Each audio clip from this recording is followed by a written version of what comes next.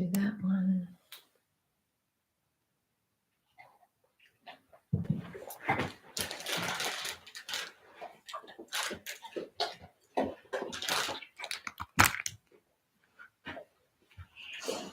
All right, I believe we are live. Hey, everybody. If you are new, today we are going to be talking about why more socialization of your, if you have a dog that's aggressive and or reactive, why more socialization is the worst thing you can do to stop that behavior. And I know that's not what you've been told. Everybody has told you that you need to socialize your dog more, you need to get them out. And I'm going to tell you the exact opposite. I'm going to tell you why. Hey everybody, I'm Denise Mazzola from Everything Dog. For those of you that don't know me, I am a certified professional dog trainer. I have been for 20 years. I was one of the first 500 in the country to ever get a certification. This is Geo, this is Minty, and I am the founder of the Revealing Your Dream Dog program for aggressive and reactive dogs. It's an online program. So today we are talking about why more socialization is the worst thing you can do to stop your dog's aggressive and reactive behavior. And let's think about this. For all of you that are feeling frustrated and confused by your dog's behavior, you may be feeling hopeless. You may feel like you haven't tried hard enough. And you also feel like you don't want to give up on your dog. Yet, everything you've been told to do and everything that you are doing isn't helping because your dog is still barking, lunging, growling on walks. Your dogs could be fighting in the home still. Your dog could be guarding the couch, the bed, toys, different things. It's kind of dinner time, so they're going to be extra crazy about food today. And your dog may have a terrible case of stranger danger. You either can't have people over, you've stopped having people over, and when you do have people over, you're so afraid your dog's going to bite somebody and be need to put down that you just can't cope with it. So for those that have done more socialization, right? And by that, maybe you've enrolled them in doggy daycare. Maybe you have gone to dog parks. Maybe you've taken them to Lowe's or Home Depot or PetSmart or Petco, right? You've taken them to these places to give your dog more socialization, to try to sort of show them nothing to be afraid of. And yet you have done all those things and still your dog is still either aggressive or reactive or barking or lunging or growling, and it just leaves you so confused. And there's so much conflicting information out there. Like, I get that. It's just rampant. So let's think about this. If more socialization were the magic bullet, then all of you guys would have rock star dogs. You'd have dogs that could go anywhere. They could go to family barbecues and picnics. They could go on vacation with you. They could walk down any street. You could take them in the city, wherever you wanted to go, right? Because you've done all this socialization and they're great. But the truth of the matter is they're either worse or they're definitely not better.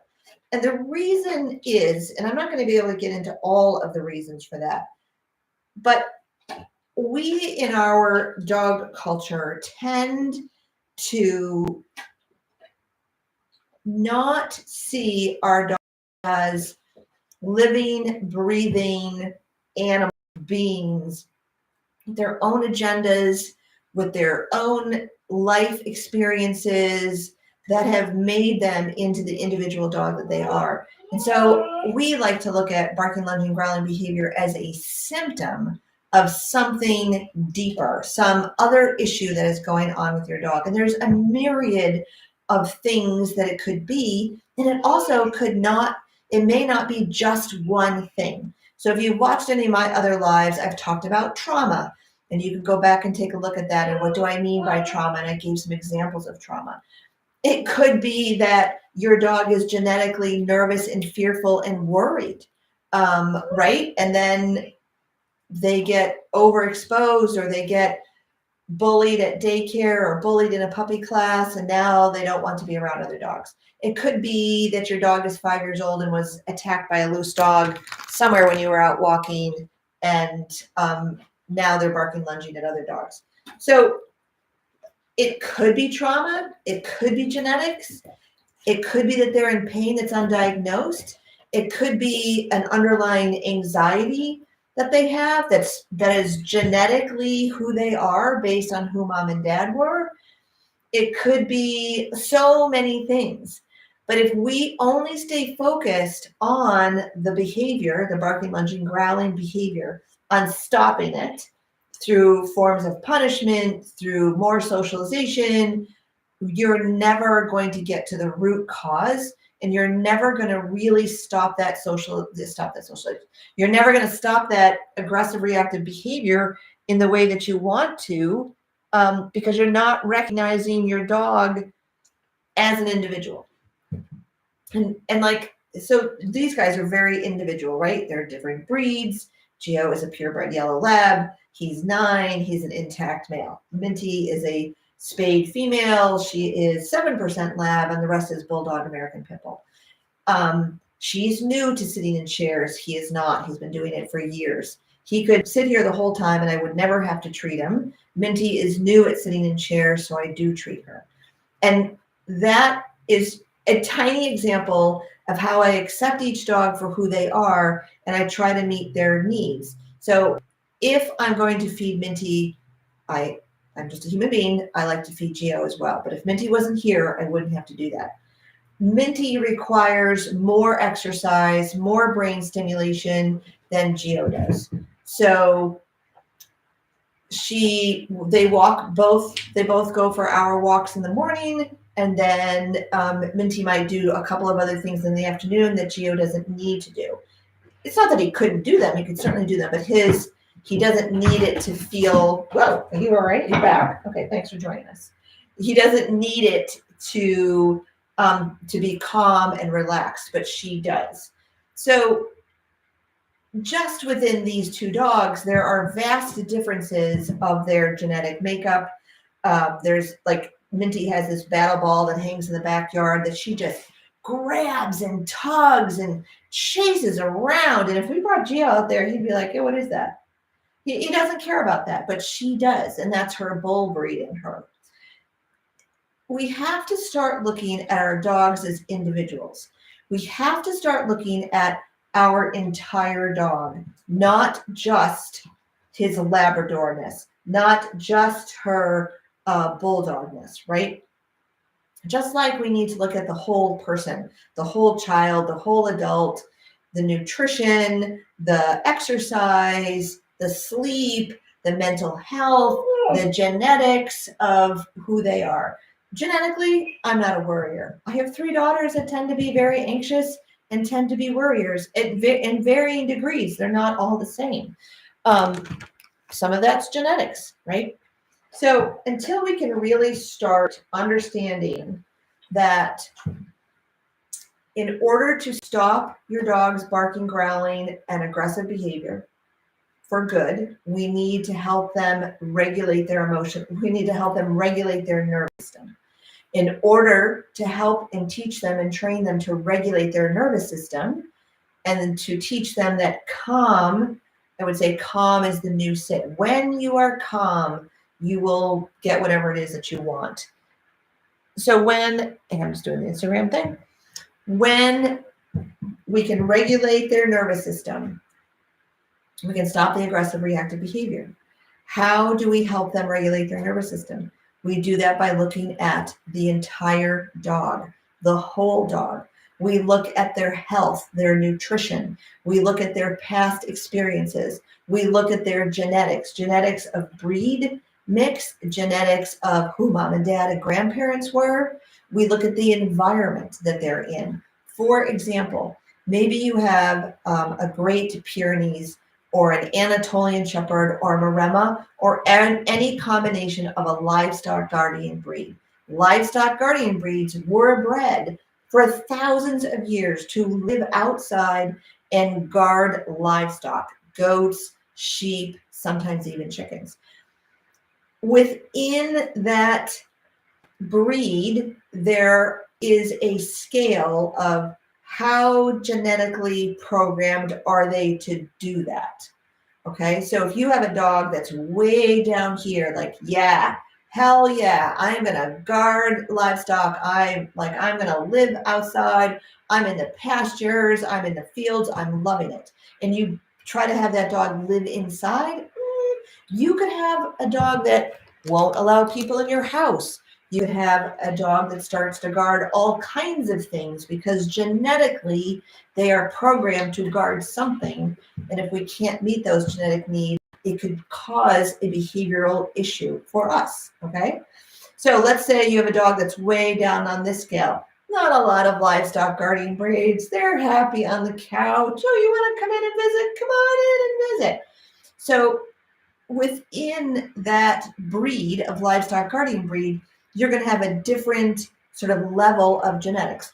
Here's an example with Geo. You would think, being a full Labrador, that he would love to swim. You would think that he retrieves, and you would think that he might be high energy and chewing everything. That couldn't be further from the truth for him. He does not swim. He likes to get his feet wet if it's really hot, but otherwise, no thank you. He doesn't like to walk in the backyard when it's too wet outside, for heaven's sakes.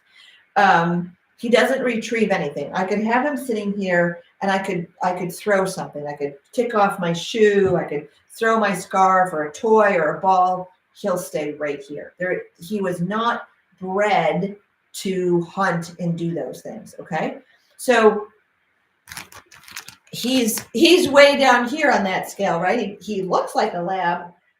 He was bred to be pretty. He was bred to win in the show ring, which he didn't do, which is why I have him. But those typical Labrador traits, they're not there, which is great. Makes him a great dog for me. But if you were looking for a hunting dog, he would be the dog for you. All right. So why is more socialization the worst way to try to stop your dog's aggressive reactive behavior? Because you're not looking at the whole dog. Because you're not considering who they are as an individual, you're not considering their environment, and you're not considering their genetic makeup of who they are. More socialization, exposing them more and more to the things that they're afraid of and worried of or worried about, only serves to keep overstimulating their nervous system, which makes them get stuck. And if you've heard anything I've said before, they can get stuck in an emotional dysregulation cycle where their nervous system is overwhelmed, short-circuiting, and they're stuck in fight or flight, which is why all the training that you're doing is not going to work because their brain is not there. Their brain is in fight or flight.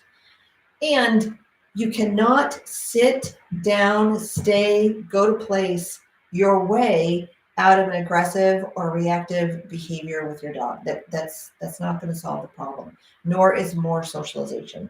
So it's a myth.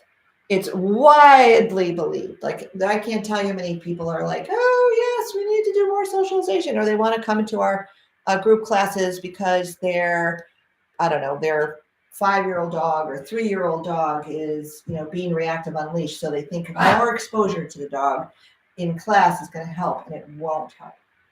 All right, you guys. So next week is our live free webinar, Dog Aggression Fact versus Fiction. Come and learn why everything you've been told is not working to stop your dog's aggressive reactive behavior. It's a great webinar. We usually get thousands of people to register, hundreds of people to show up. There is a special bonus. If you register for the webinar and you show up live on the day that it's being held, you will get a special bonus from us, which I'm not going to tell you what it is. There's got to be a little secret in there.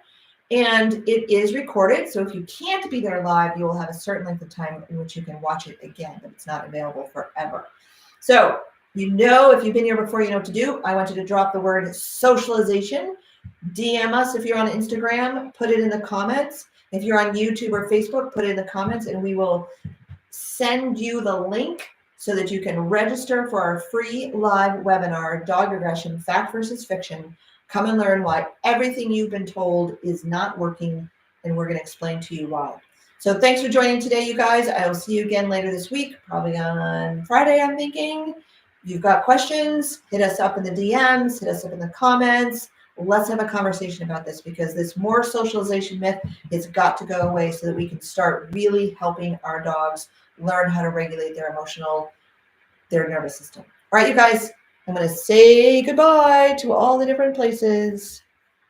Goodbye, Facebook. Goodbye, YouTube. And goodbye over here.